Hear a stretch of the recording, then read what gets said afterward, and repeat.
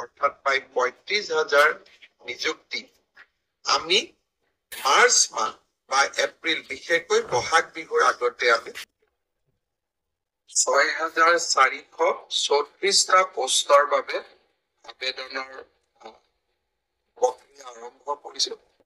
আৰু আজি আমি সিদ্ধান্ত ললো যে অহা ৩ অক্টোবৰৰ পৰা পুলিচৰ ফিজিকেল টেষ্টসমূহ আৰম্ভ হ'ব।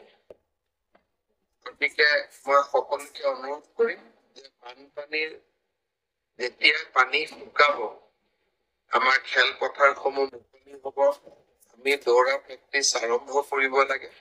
কাৰণ ৩ অক্টোবৰৰ পৰা অসম আৰক্ষীৰ ফিজিকেল টেষ্ট আৰম্ভ হ'ব।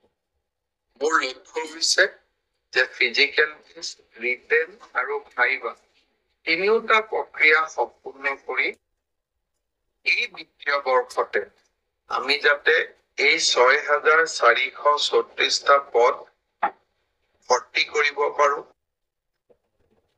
এটা সুন্দৰ নিযুক্তি প্ৰক্ৰিয়াৰ মাজেৰে ল'ৰা ছোৱালীক নিযুক্তি দিব পাৰো।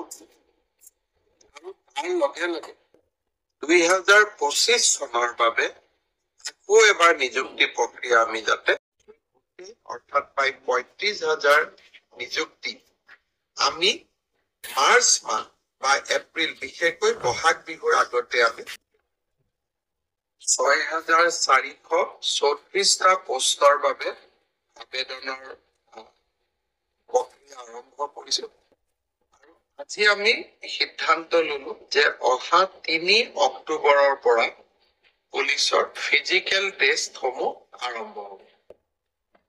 গতিকে মই সকলোকে অনুৰোধ কৰিম যে বানপানীৰ যেতিয়া পানী শুকাব,